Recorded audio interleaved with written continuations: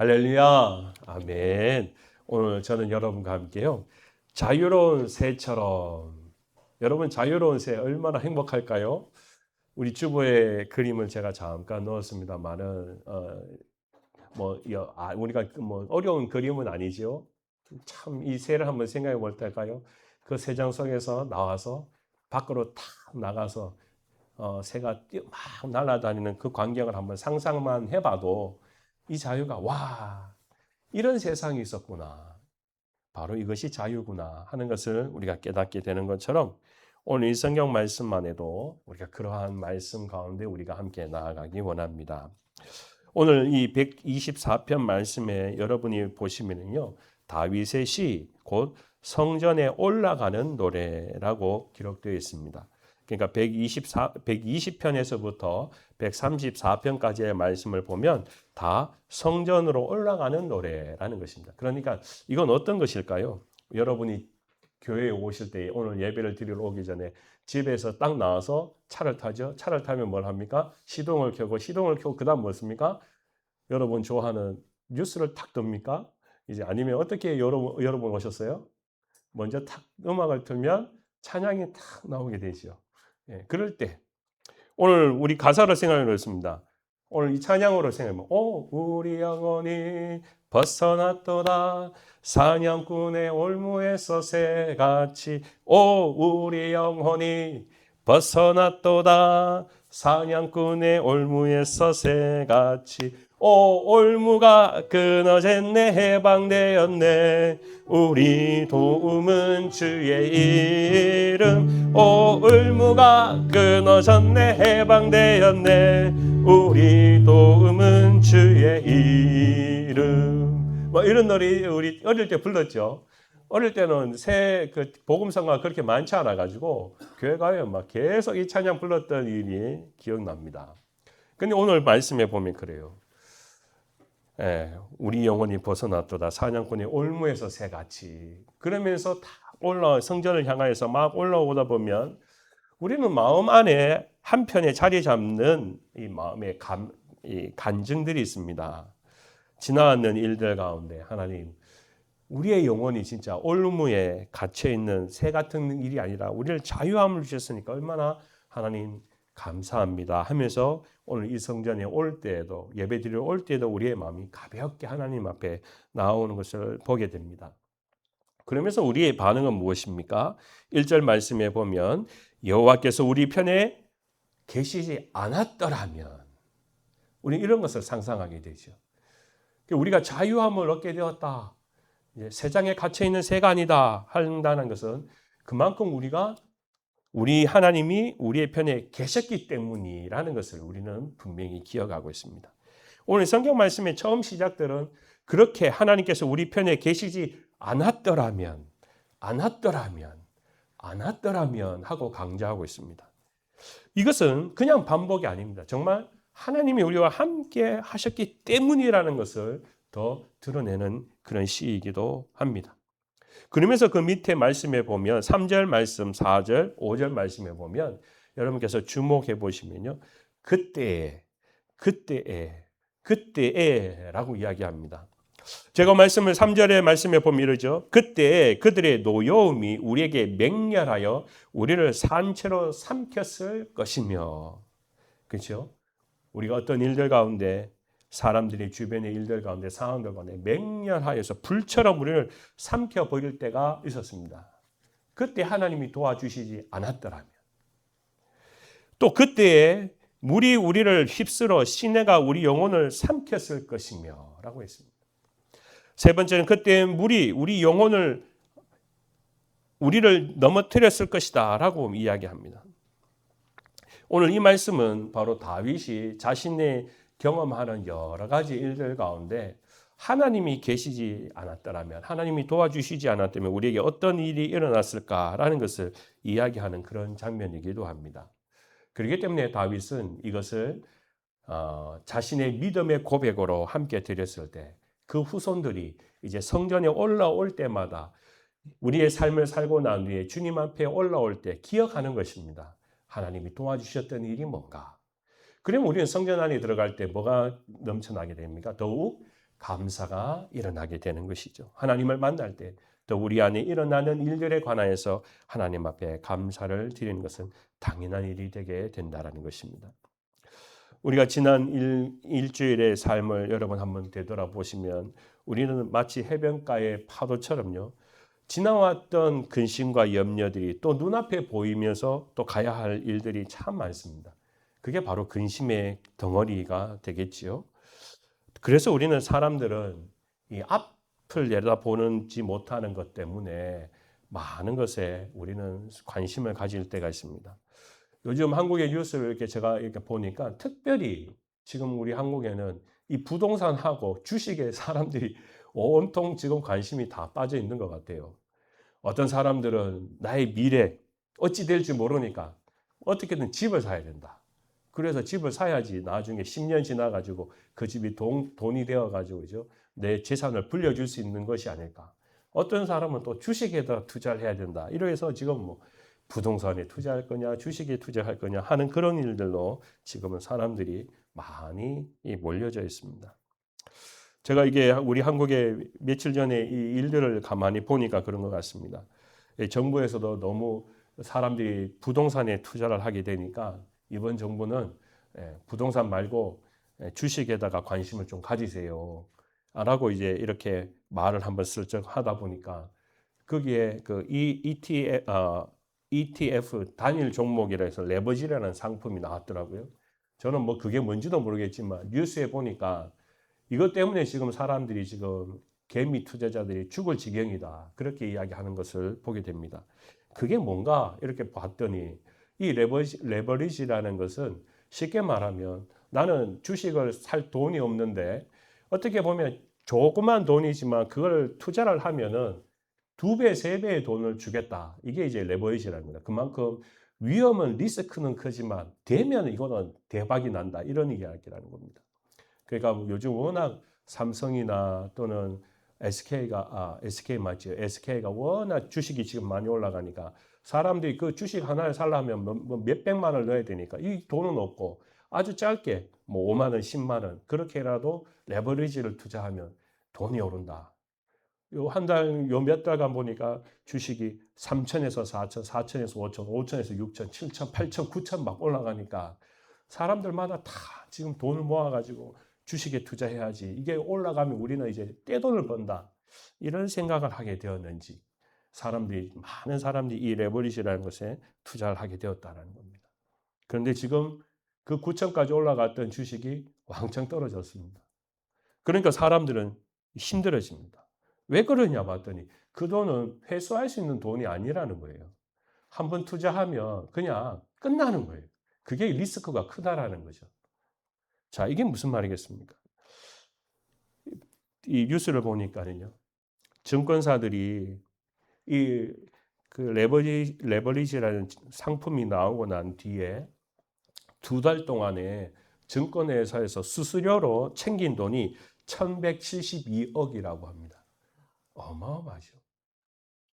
1172억이 수수료입니다. 수수료. 그러면 얼마나 많은 사람들이 이 주식에 그 마지막 그 올라가는 것에 이제 장에다가 투자를 했냐는 거예요. 근데 이게 장이 떨어져 버리니까 개미 투자자들은 이제 어떻게 됩니까?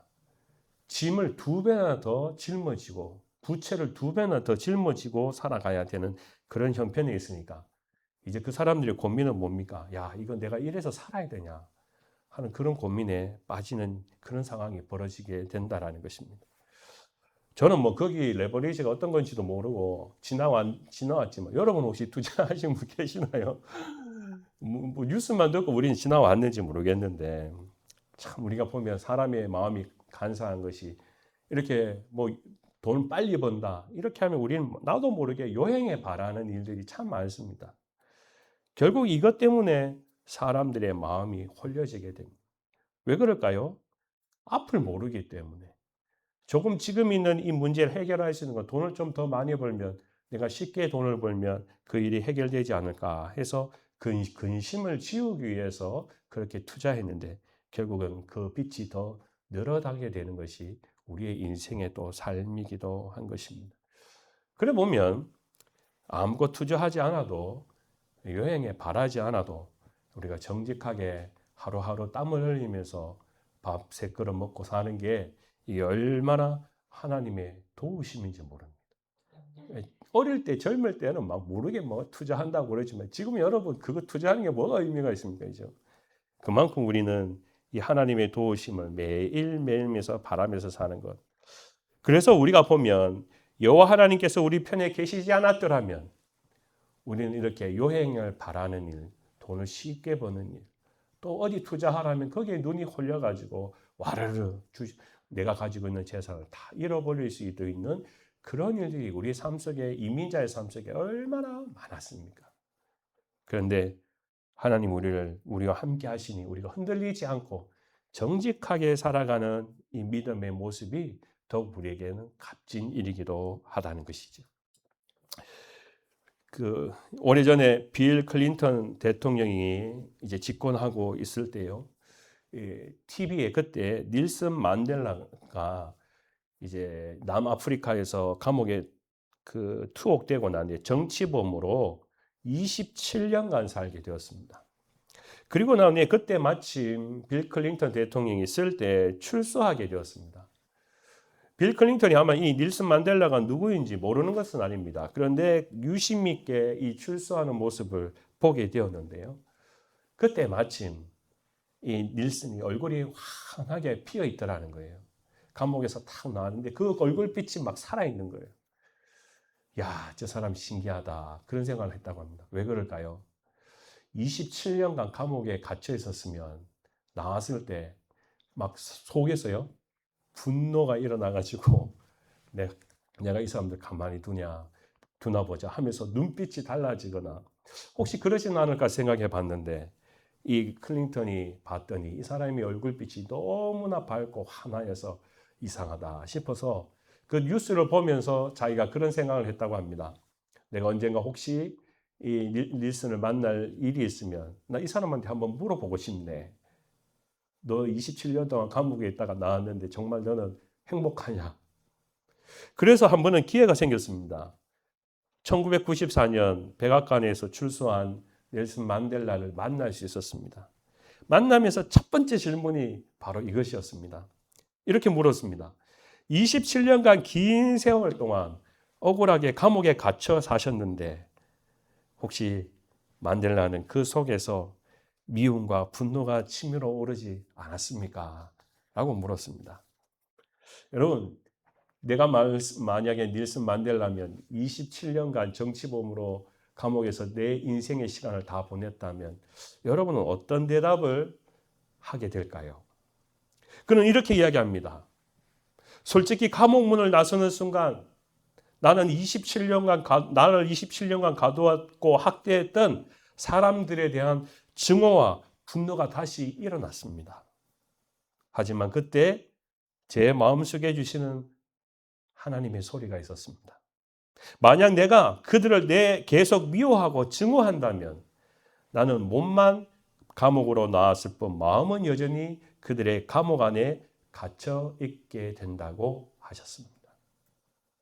그래서 나는 자유자로 살고 싶었기에 그들을 용서하게 되었습니다. 라고 하는 마음이었습니다. 정치범들 중에 보면 우리나라도 그렇습니다만은 뭐 김영삼 대통령 그렇고 김대중 대통령도 그렇고 보면 그런 일도 있잖아요. 가옥에서 못 나오고 있을 때 속에서 내가 한 정권을 잡으면 봐라. 내가 가만히 두나. 그렇게 했더라면 끊임없이 증오와 정치와 정치가 막 섞여져 버릴 건데 이 닐슨 만델라가 그렇게 이야기합니다.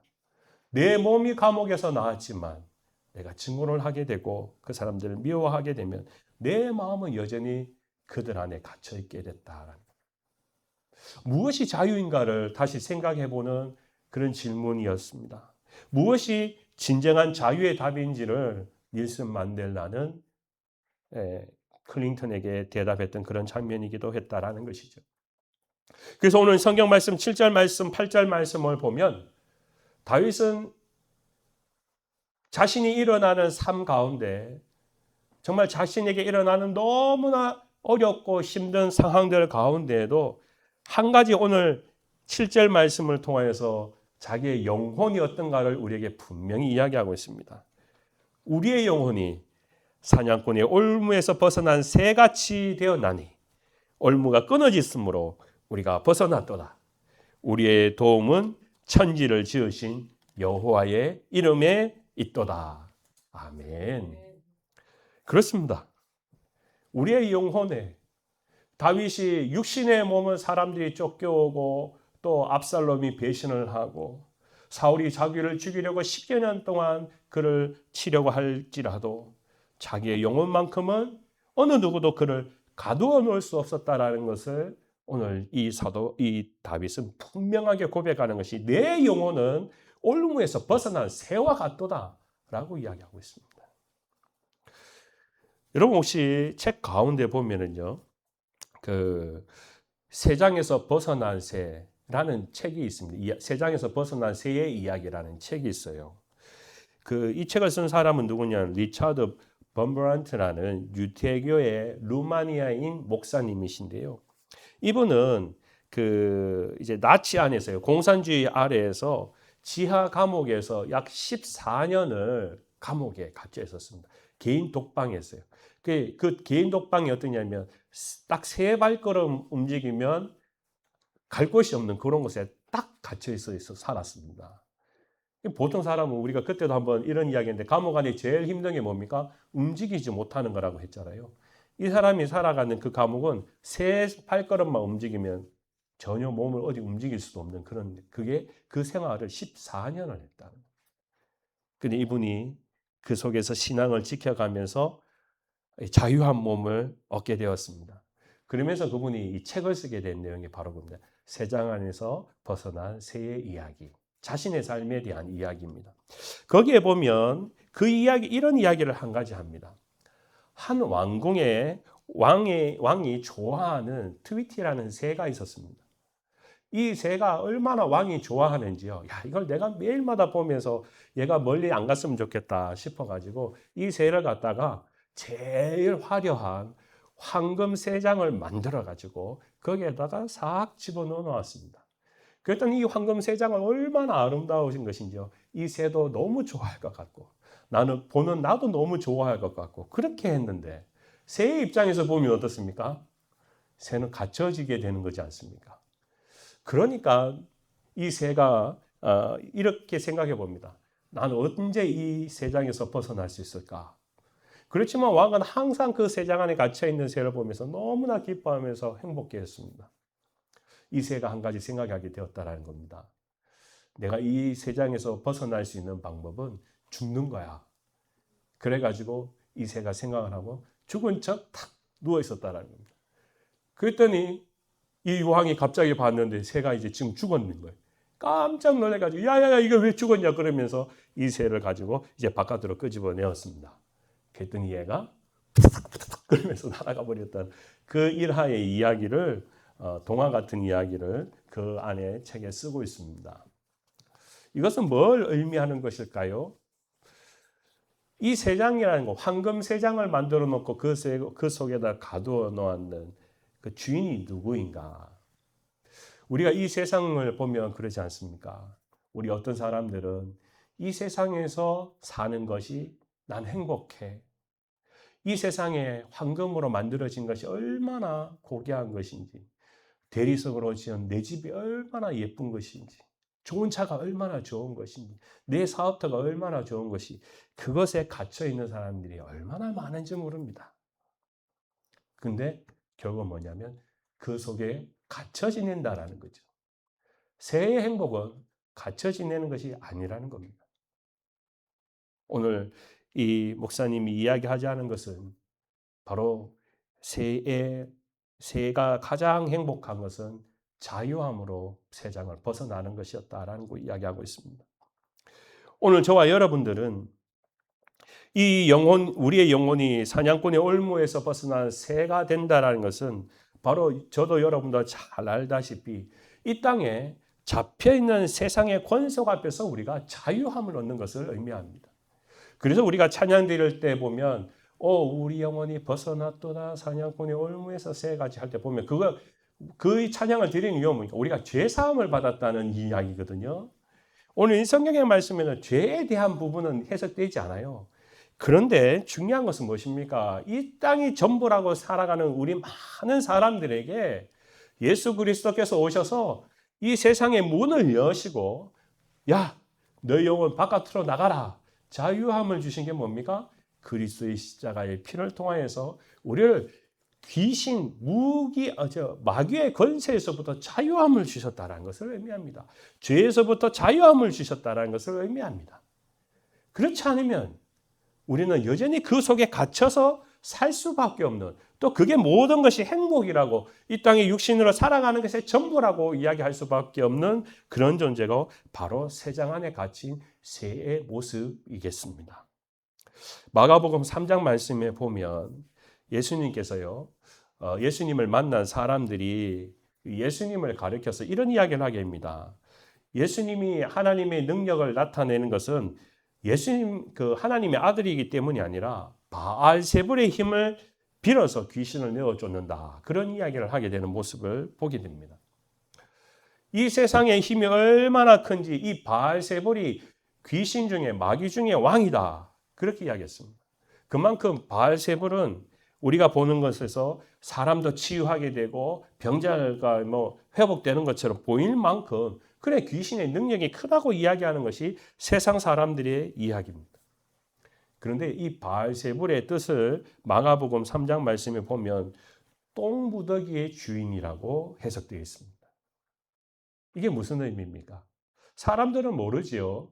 저도 여러분들도 바알세불 그러면 야 바알세불이 그렇게 했어? 하고 우리가 그 바알세불을 믿고 따라가는데 그 말씀 그 이야기는 뭐냐면 바로 똥무더기의 주인이라는 겁니다. 아하, 우리가 자유함을 얻고 난 뒤에 가만히 보면 그게 뭐냐면 다 똥이라는 거죠. 헛것이라는 거죠.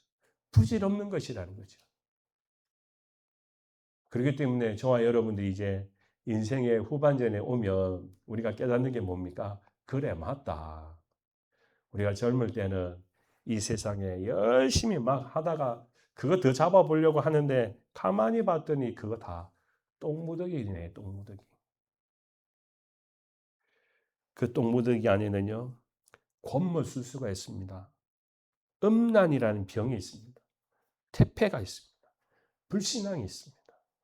그게 마귀가 만들어가는 일이라는 것이죠.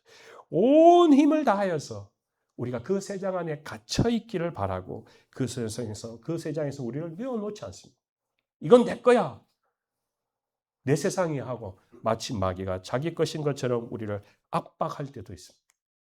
그래서 요한계시록 20장 2절 말씀을 보면 이렇게 이야기하고 있습니다. 거기 말씀에 보면 마귀를요, 옛 뱀이라고 이야기하고 있습니다. 옛 뱀. 이 뱀이라는 존재가 여러분 혹시 그 유튜브 같은 데 보신 적 있으신가요? 뱀은요 상당히 힘이 있더라고요. 그 힘이 뭐냐 하면 사람이든 뭐든 간에 뭐 삼키는 것도 있죠. 그런데 뱀의 힘은 가만히 보니까 한번 그 뭔가 자기의 목표물이 있으면 그걸 어떻게 합니까? 베베베베 꼬아버립니다. 예. 사람도 뱀에 한번 꼬여져 버리면 죽어버립니다. 그걸 아무리 잡아당기려 해도 안 된다라는 거예요. 그러니까 압사당해서 죽습니다. 뱀에 한번 꼬여지면요, 뱀이 한번 이 우리의 영혼을 한번 꽈버리면 풀어지지 않는 거예요. 그렇기 때문에 성경의 말씀에 마귀를 곧 옛 뱀이라고 하는데 그 뱀의 일이 뭡니까? 우리의 영을 꼬아가지고 절대 풀어주지 않는 거예요. 만약에 그렇게 되었다면 우리는 여전히 세상 사람이 될 수밖에 없겠지만 우리가 지금 이곳에서 예배를 드릴 수 있는 것은 무엇 때문에 그렇습니까? 예수 그리스도가 그 뱀의 권세를 뱀이 가지고 있는 힘을 다 풀어 헤쳐 놓으셨기 때문에 그렇습니다. 할렐루야. 아멘. 제가 지난주에 우리 아이들하고 집에 돌아가서 아이들이 아빠 질문이 있어 그러는 거예요. 그래서 뭐 그랬더니 오늘 말씀 나눈 것 중에 귀신 걸렸다고 이야기했는데 귀신 걸린 사람은 도대체 얼만큼 힘이 센 거야? 이제 그렇게 귀신 걸린 게 도대체 어떤 거야? 그러면서 이야기하게 되었습니다. 그러면서 제가 이렇게 이야기를 하다가 제 어릴 때 이야기를 해준 적이 있습니다. 저는 어릴 때 잠을 자다 보면요 뱀 꿈을 상당히 많이 꾸었습니다. 뱀 꿈. 뭐 잠을 자고 있는데 한밤중에 막 문을 탁 열었는데 창문을 이렇게 커튼을 열었는데 뱀이요. 우리 집 바깥에 뱀이 막 그러면서 이렇게 한 마리가 아니고 그러면서 막 보니까 제가 아이고 무서워 그러면서 막 이렇게 있어요. 또 한 번은 기억나는 게요. 산길을 제가 걸어가는데요. 뱀이 뒤에서 오는 게 보이는 거예요. 그래, 아이고 무서워가면서 막 뛰어갔는데 제가 엎어졌어요. 그런 연습 꼭 보이잖아요. 엎어졌어요. 그런데 뒤로 탁 돌아봤는데 뱀이 막 이렇게 오는 거예요. 그래서 잠을 팍 깨버렸어요. 그래서 저희 아버지한테 물어봤습니다. 아버지, 그때 초등학교 2학년 때 했거든요. 아버지, 자꾸 제가 뱀 꿈을 꿔요. 어떻게 하면 좋죠? 그랬더니 저희 아버지가 하시는 말씀이세요. 여러분도 꼭 기억하십시오. 혹시 뱀 꿈을 꾸시면 아버지가 그러시는 거예요. 야, 뱀 꿈을 꾸면 머리를 잡아라. 그렇게 이야기하시더라고요. 머리를 잡아라. 그게요. 어느 날 역시 뱀 꿈을 꾸었습니다. 그런데 진짜 이렇게 나한테 확 덮쳐 올려 하는데 저도 모르게 고개를 팍 때려 에라 모르겠다 싶어 뱀을 이렇게 잡았어요. 진짜 제 꿈에서요. 그런데 그 다음 이후로는 뱀 꿈을 꾸지 않습니다. 지금까지 한 번도 꾼 적이 없습니다. 그 뜻이 뭘까 보니까요. 뱀이 가장 약한 부위가 있다고 합니다. 그게 바로 머리라고 합니다. 꼬리로 가면 한번 휘둘리면은 한번 우리가 그게 잡혀버리면 절대 놓지 않는다는 겁니다. 그런데 뱀의 머리를 잡는 순간, 그래서 우리 보면 뱀꾼들 보면 어디를 잡습니까? 뱀 대가리를 잡잖아요. 제일 약한 이때요.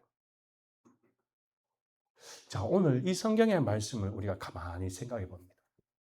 뱀은 이 사탄은요 세상을 다 정복하는 것처럼 그렇게 이야기합니다. 그런데 예수 그리스도가 그 뱀의 머리를 대가리를 다 찢어버리시는 것이 바로 예수 그리스도의 능력이란 예수 그리스도의 피로요. 우리가 그분의 피를 믿기 때문에 예수님께서 우리 위하여 십자가에 죽으신 그 사랑을 믿기 때문에 우리는 더 이상 이 세상에 쪼여오는 이 세상에서 압박해오는 물질의 권세, 음욕의 권세, 죄의 권세, 불신앙의 권세에서 우리는 해방되었다는 거예요. 우리는 자유함을 얻은 존재예요. 그것이 바로 다윗이 신앙으로 믿음으로 고백하는 것입니다. 갈라디아서 5장 1절 말씀을 보면 이렇게 사도 바울은 우리에게 말씀하고 있습니다. 그리스도께서 우리로 자유하게 하려고 자유를 주셨으니 그러므로 굳세게 서서 다시는 종의 멍에를 매지 말라. 종이란 게 뭐겠습니까? 우리가 옛날에 좋아했던 거, 옛날에 지켜가려 했던 거, 옛날에 내가 그때 좋았었지. 자, 여러분 보십시오. 여러분과 제가 미국에 왔습니다. 여러분은 저보다 훨씬 오래 미국 사셨으니까 40년, 50년 되셨죠. 처음에 여러분 오셔가지고 생각했던 게 뭔가, 나 시집 와가지고 미국 와가지고 고생만 하고 나 뭐야, 나 한국에 가면 좋은데 옛날이 좋았는데 우리는 자꾸 그럴 때가 있었습니다. 지금 여러분 20년, 30년, 40년, 50년 지나와서 지금은 어떻습니까? 이제 과거가 생각이 안 납니까? 어떻습니까, 여러분? 어떻습니까? 네. 지금 잊었어요. 이게 뭐냐면 여러분, 하나님께서 우리에게 자유를 주셔서 세상 밖으로 나가게 해서 자유를 얻게 하셨어요. 근데 사람의 뭐가 생각날 때가 있다고요? 옛날이 생각난다는 거예요. 세상 속에 있을 때 그 속에서 그냥 주는 거 잘 먹고 입을 거 잘 입고 그 생각이 날 때가 있다는 거예요. 그런데 여러분, 그때는 자유가 아닙니다. 새는 바깥에 세상 밖에 있을 때가 진짜 자유라는 거예요. 종으로 있으면 공짜로 주인이 주는 것을 먹을 수 있습니다. 그렇지만은요, 자유는 느끼지 못합니다. 우리가 미국에 와서 신앙생활하고 삶을 이루어가는 일은 고달프기도 합니다. 옛날에 여러분이 더 잘 살 수도 있었습니다. 그런데 중요한 것은 무엇이냐면요, 하나님께서 주시는 자유를 이 미국 땅에서 우리가 얼마나 많이 맛보았냐는 거예요. 이것은요, 세상에 어떤 것도 바꿀 수 없는 것입니다. 여러분, 새를 보시면요, 우리가 새 가운데 가장 제가 좋아하는 새가 닭입니다. 우리 닭을 조리라고 하잖아요. 닭입니다. 여러분, 닭이 하늘을 나를 수 있습니까? 못 납니까? 못 날지요. 왜 못 날게 되었을까요? 제가 이 자료를 찾아봤습니다. 생물학계에 있는 자료를 AI를 통해서 한번 찾아봤습니다. 그랬더니 이렇게 대답을 해요. 다른 것이 아니고요. 원래 닭이라는 존재가 그렇게 처음부터 하늘을 막 퍼덕퍼덕 날아다니던 그런 새는 아니라고 합니다. 그런데 분명하게 이제는 닭이 날아가지 못하는 이유가 존재합니다. 그것은 사람들이 그 닭을 보면서, 얘는 우리가 잡을 수 있네? 새는 보통 못 잡잖아요. 그런데 얘가 이제 날아가는 게 한계가 있으니까 어떻게 하면 사람들이 새를 잡을 수 있으니까 이 닭을 잡고는 어디에 갖춰 놓습니까? 닭장 안에다 집어넣어 놓고 먹이를 줍니다. 그랬더니 얘가 알을 낳아요. 그러니까 그 알을 먹어요. 야, 얘를 좀 더 부화시켜서 또 이렇게 잘 먹이면 더 많은 알을 주겠다. 점점점 잘 먹이는 거예요. 잘 먹이고 잘 먹이고 잘 먹이고. 그랬더니 이 털이 많이 옛날보다 얘가 나를 수 있는 조건보다 훨씬 더 털이 많이 많아졌다는 거예요. 그리고 뱃살도 많이 됐다는 거예요. 그러니까 날개가 이 몸을 버텨가지고 날 수 있는 힘이 점점 약해지고 그 닭장 안에 있는 새가 날아본 적이 없으니까 이제 바깥에 내놔도 먼 곳을 날아갈 수가 없다라고 이야기합니다. 물론 그 새가 닭이 이 조류처럼요, 그 기러기처럼 먼 곳을 날아가는 그런 이야기가 아닙니다. 청둥오리처럼 날아가는 게 아닙니다. 날아봤자 그냥 집 위에 살짝 올라가는 그 정도밖에 되지 못하게 되었다라는 것입니다. 자, 이게 무엇일까요? 우리의 영혼도 자유함이 있는데 그 자유함으로 우리가 주님이 주신 그 자유를 누리지 못하면 우리는 과거에 매여 살아갈 수밖에 없는 존재가 될 수 있다는 것입니다. 오늘 이 다윗은요, 우리에게 분명히 이야기합니다. 뭐냐고요? 우리의 영혼은 이미 닭장의 새가 아니다. 닭장 밖에서 벗어난 자유함을 얻은 새이다. 그 뭡니까? 우리가 예수 그리스도로 말미암아 우리는 이 땅에서 하나님이 주시는 그 자유를 통하여 그리스도인의 삶에 마음껏 주의 영광을 드러내고 살아라 라고 이야기하시는 그런 모습입니다. 제가 이 한 예화만 여러분과 함께 나누고 말씀을 마치도록 하겠습니다. 여러분도 잘 아시다시피 여러분 들어보셨을 건데요. 코끼리 중에 가장 큰 코끼리가 아프리카 사바나 코끼리라고 이야기합니다. 어른이 되면은요, 무려 5톤에서 10톤쯤 된다고 합니다. 제일 큰 것은요. 그러면 코끼리가 한번 잘못 우리한테 누우면 우리는 압사하니까 그냥 그 자리에서 죽는 거예요. 그런데 여러분도 알다시피 서커스 하는 사람들이요, 이 아프리카 사바나 코끼리와 함께 이렇게 우리가 말하는 뭐라 해야 되죠?